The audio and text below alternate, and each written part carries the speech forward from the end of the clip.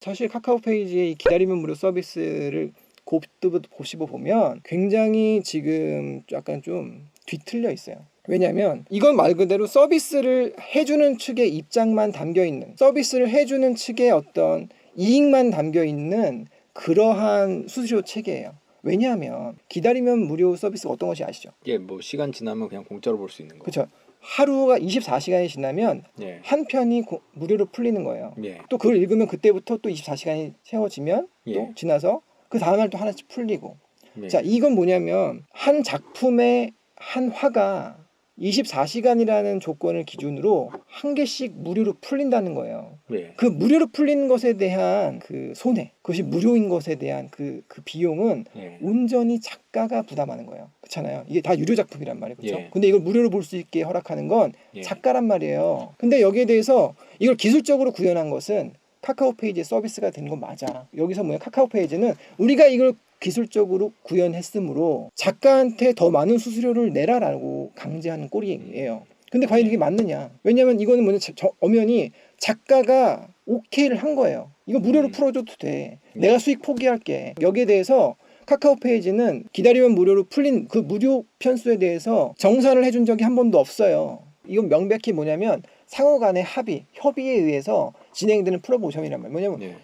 작가가 그 수익을 포기하고 이것을 예. 그 수익을 대신에 이걸 마케팅에 활용하겠다라고 하는 예. 어떤 의지와 협의를 가지고 만들어진 이 서비스에 대해서 예. 작가의 몫은 전혀 인정하지 않고 본인들의 기술적인 문제, 예. 기술적으로 이걸 구현했다라는 것에 대해서만 과도한 수수료를 붙인 거예요. 그렇기 때문에 저는 사실 게 뭐냐면 카카오 페이지 기다리면 무료 서비스가 온전한 형태로 들이대려면 이건 뭐냐면 평균 요율이 있어요. 평균 수수료 7:3이란 말이에요. 예. 그거보다 더 낮아야 돼요. 무료 편수에 대해서 작가들이 포기했잖아요. 그렇다면 그 부분에 대해서도 인정을 해줘야지. 또 그렇게 하게 되면 마케팅 효과가 더 크기 때문에 사실은 기다리면 무료 서비스를 안 하고 7:3 하는 것보다 기다리면 무료 서비스를 하고 8:2로 정산해주는 것이 플랫폼 입장에 더 많이 남아. 사실은 또 그 마케팅 효과는 이미 검증됐어.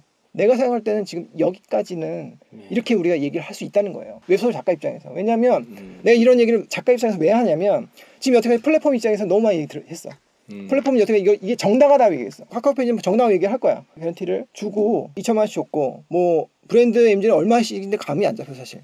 얼마씩 받았는지. 근데 어쨌든 그건 투자금이니까. 자, 어쨌든 뭐 그렇게 해서 자기네들이 투자금에 대해서 우리는 그 회수하는 거다. 이거 정당하다라고 얘기하는데 자, 작가 입장에서 봤을 땐 그렇지 않다는 거죠. 자, 그 투자금 우리 안 받을래? 안 받을 수 있어? 라고 물어보면 첫 번째. 안 받을 수 있어 우리가? 아니잖아. 기다리면 무료 서비스를 적용받지 못하잖아. 예. 예. 두 번째, 자, 기다리면 무료 서비스 너무 비싸. 우리도 이거 공짜로 파는 걸 합의하는 건데 왜 그걸 너네 마음대로 45%나 받아 처먹어? 이거 우리도 여기에 대해서 우리 기여한 게 있는데. 그렇다면 이건 뭐냐면 자, 5:5로 같이 나눠 갔든가 그러면. 근데 기술료 빼고 우리가 같이 거기 다 감안해서 그렇다면 30%를 기준으로 해서 그래 한 20% 정도는 받아. 이게 더 정당하지 않냐는 거예요 이게. 제일 중요한 건 뭐냐면 이 작품에 대해서 한 작품에 대해 저작권은 작가한테 있는 거예요.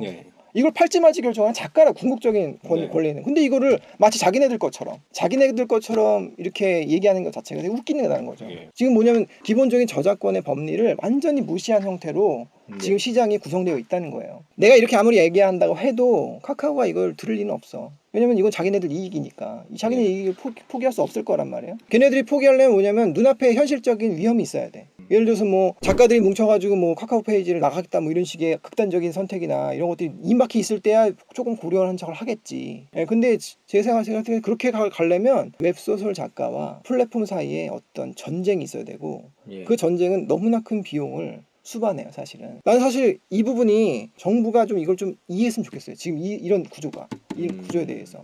협회 차원에서는 뭔가 하는 일이 있나요? 협회 차원에서는 안 해요. 전 웃기는 게 지금이 사실 기회거든요. 예를 들어서 이제 뭐 여태까지 카카오 페이지와 계속 대결 구도를 갖고 있었던 그런 협회와 플랫폼이 있어요. 지금이 사실 기회야. 카카오 페이지 이런 약점을 공격하면 돼. 근데 지금 참 이상하게 조용해요.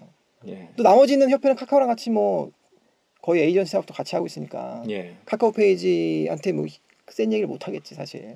사업하려면. 그러니까 이렇게 이해관계가 얽혀 있는 사람들이 많기 때문에 에이전시를 비롯해서 협회 뭐 이런 데서 다 함구하고 있어 다들. 저는 이것에 정부에서 받아들일 수 없는 가장 큰 이유는 예. 양협회에서 제안하는 요구하는 것을 받아들이기 위한 구체적인 틀이 입법화시킬 수 없는 형태이기 때문이다라고 저는 판단해요. 일반성의 원칙이라는 것을 지켜야 하기 때문에 이것을 할 수 있는 대의 명분이 필요해요, 사실. 예. 그 명분이라는 건 뭐냐면 결국은 개미들을 지켜야 돼요. 예. 웹소설 작가들. 웹소설 작가들 중에서 뭐 돈 많이 버는 웹소설 작가들 물론 있어요. 예. 그런데 그 비율은 그렇게 많지 않아요. 왜냐하면 뭐 어떤 분이 추산하기를 무슨 뭐 웹소설 작가가 20만이고 뭐 이런 얘기를 하는데 예. 그 20만 명 중에서 아직도 계속 같이 어깨 싸움을 하면서 활동하고 있는 작가는 그렇게 많지 않을 거예요. 전 20만 명 중에서 글쎄 한 만 명 정도 활동할까 지금? 실질적으로 제가 시장에서 어깨 싸움을 하는 친구들은 그렇게 많지 않아요. 그러니까 어쨌든 그렇게 해서 다 습작까지 하는 사람까지 다 포함했을 때 이제 한 10,000명 정도가 활동하고 치면 그 중에서 연봉 억대 연봉을 받는 사람들은 정말 극소수거든요. 한 5% 될까? 제가 업계 관계자한테 얘기를 듣기로는 그 정도 수준이에요. 근데 이 사람들을 보면서 웹소설 작가 잘 돈 많이 번다는데 여기서 수수료를 더 낮춘다고? 이렇게 생각하실 게 아니에요. 예. 왜냐면 지금 시장에서 정점에 있는 사람들, 살아남은 사람들이 그 정도고 예. 나머지 분들 이제 막 예. 진입해서 오는 신인들을 봐야 돼요. 신인들의 대부분이 다 한편에서 그만둬. 왜 그만두느냐? 지속적인 수입이 되지 않기 때문에 그래요. 그 가장 큰 이유가 뭐냐면 수수료예요. 첫 작품 가지고 돈 버는 사람 거의 못 봤어요. 지금 이 시장에서도 카카오 페이지에서 예를 들어서 신인이 들어와서 첫 달 매출 이벤트 딱 받았을 때 매출이 한 1,000만 원 나왔다. 되게 높은 것 같잖아요. 그 1,000만 원 나왔을 때 그 신인이 가져가는 수익이 얼마냐면 380만 원이에요. 카카오 페이지가 450만 원 가져가고 나머지가 이제 에이전시가 가져가는 건데 자 350만 원을 첫 달에 받았다라고 하면 이게 이 작품이 과연 잘 된 것이냐 350만 원 크잖아요. 근데 근데 생각해 보세요. 첫 작품에 첫 달에 딱 들어가는 게 뭐냐면 이벤트 빨이 있고 그다음에 그 이벤트 빨로 쫙 밀려 들어오면서 이 작품을 있는 그 편수가 몇 개냐면 120개란 말이에요. 보통 120편이 한 번에 풀리면서 생기는 목돈이에요. 그게. 근데 그러니까 이게 뭐냐면 쭉 올라갔다가 쭉 떨어진단 말이에요. 왜냐면 하루에 한 편씩밖에 못 쓰는데 나중에 30만 원까지도 가요. 이게 뭐냐면 처음에 기술이 무르익지 않은 신인들한테 일어나는 현상이에요. 월 300만 원 이상 꾸준히 벌 수 있다 작품 하나만 가지고 그런 사람들은 뭐냐면 이미 기성이라고 할 수 있을 만큼 기술이 무르익은 사람들이에요. 그 기술이 제대로 무르익지 않은 상태에서 런칭을 하게 되면 필연적으로 거치는 과정인데 이 과정을 버텨낼 수 있는 사람들이 결국은 웹소설 작가로 전업을 할 수가 있어요. 이건 사실 기술적인 것 이외에 어떤 비전이 있어야 되는데 이 수수료율이 너무 높아버리면 업계 신인들의 유입이 어쩔 수 없이 꺾일 수밖에 없다는 거예요. 신인이 계속 포기한 사람들이 많아지면 이 시장을 바라보는 시각 자체가 달라지죠. 저거 쉽지 않아. 이렇게 되는 거죠. 그러면 이제 재능 있는 신인들도 우려하는 거예요. 나도 그렇게 안 될까 봐. 지금 그러한 현상이 이 시장에서는 요율 때문에 벌어질 수 있다는 거예요. 결국은 잘 될 수 있는 신인들이 유입되는 것을 막는 거예요. 신인들은 처음부터 대박이 날 수는 없어요. 구조적으로. 그래서 이 시장에서 뭐냐면 고인분들만 계속 생기는 거예요. 고인분들은 뭐냐면 새로운 이야기를 만들어낼 수 없어요. 몇 작품을 계속 반복해서 보면 알겠지만 본인이 쓸 수 있는 이야기의 스펙트럼은 거의 정해져 있어요. 다만 이제 이런 걸 쓸 수 있죠. 다른 사람들이 쓰는 클리셰를 내가 보고 내 주인공에 맞게 나라면 이렇게 쓸 텐데 하면서 변형시킬 수 있어. 근데 신인들은 사실 새로운 사람들이 계속 와야 그런 클리셰의 변형들도 점점 늘어나고 쓸 수 있는 범위도 늘어나고 시장이 계속 또 볼 것도 많아지고 그래서 독자들도 계속 유지가 되는 건데 지금 신인들의 유입이 끊기는 순간 이제부터 고인물화가 시작되는 거예요. 플랫폼 수수료는 바로 그것 때문에 더 낮춰야 되는 거예요. 신인들의 진입 장벽이기 때문에. 최소한 신인들한테는 좀 낮춰줄 필요도 있겠네요. 그렇죠.